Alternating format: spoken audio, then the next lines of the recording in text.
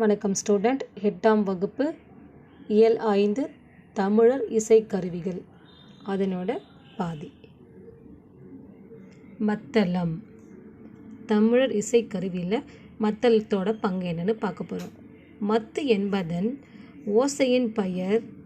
இசைக்கருவிகளுக்கு எல்லாம் தளம் அடிப்படை ஆகும்.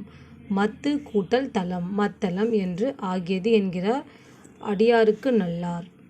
மத்தளத்தின் நடுப்பகுதி பெருத்தும் கடைப்பகுதி சிறுத்தும் காணப்படும். மரத்தால் செய்யப்பட்டிருக்கும். இதன் வாய்ப்பகுதி வளையங்களில் தோல் இழுத்து கட்டப்பட்டிருக்கும். இக்கருவி 2 கைகளாலும் இசைக்கப்படுகிறது. ஆகவே இதனை முதற்கருவி என்பர்.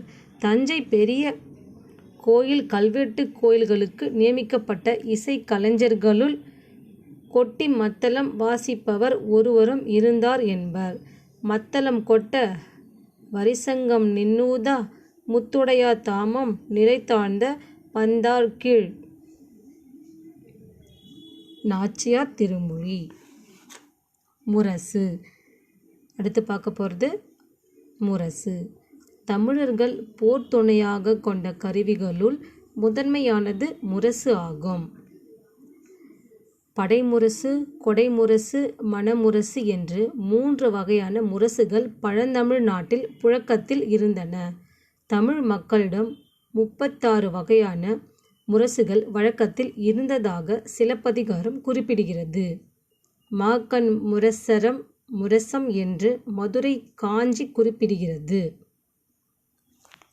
அடுத்ததாக முழவு. ஒரே முகத்தை உடைய முரசு வகையை சேர்ந்தது முழவு.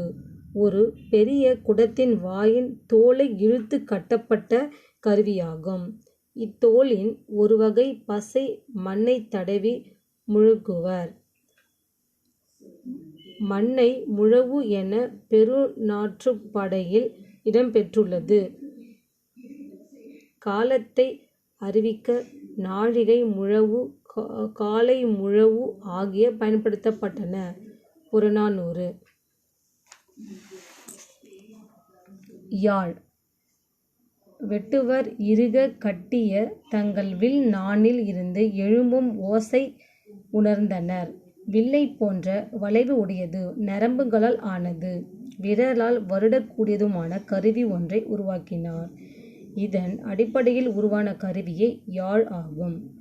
பெரியாழ், செங்கோடியாழ் போன்றவை மிக பழமையானவை. யாழின் வகைக்கு ஏற்ப இதில் இருக்கும் நரம்புகளின் எண்ணிக்கை வேறுபடுகிறது. 21 நரம்புகளை கொண்டது. பேரியாழ் 11 நரம்புகளை கொண்டதாக மீன் வடிவில் அமைந்து மகர யாழ் 14 நரம்புகளை கொண்டது. சடகோயாழ். யாழின் வடிவமே மெல்ல மெல்ல மாற்றமடைந்து பிற்காலத்தில் வீணையாக மாறியது என்பர். வீணை. யாழ் போன்ற அமைப்புடைய நரம்பு கருவி வீணையாகும். அஃது 7 நரம்புகளை கொண்டது. இடக்கை விரல்களால் நரம்புகளை அமுக்கியும் தேய்த்தும் வலக்கை சுண்டு விரலால் கம்பிகளை மீட்டியும் இசை எழுப்புவர். இவ்வாறு நரம்புகள் மூலம் எழுப்பப்படும் இசையை அதன் குடம், தட்டு முதலிய பாகங்களை பெருக்கி அனுப்புகின்றனர். பரிவாதினி என்னும் வீணை பல்லவ மன்னன் மகேந்திரவர்மன் காலத்தில் வழக்கத்தில் இருந்ததாக கூறப்படுகிறது.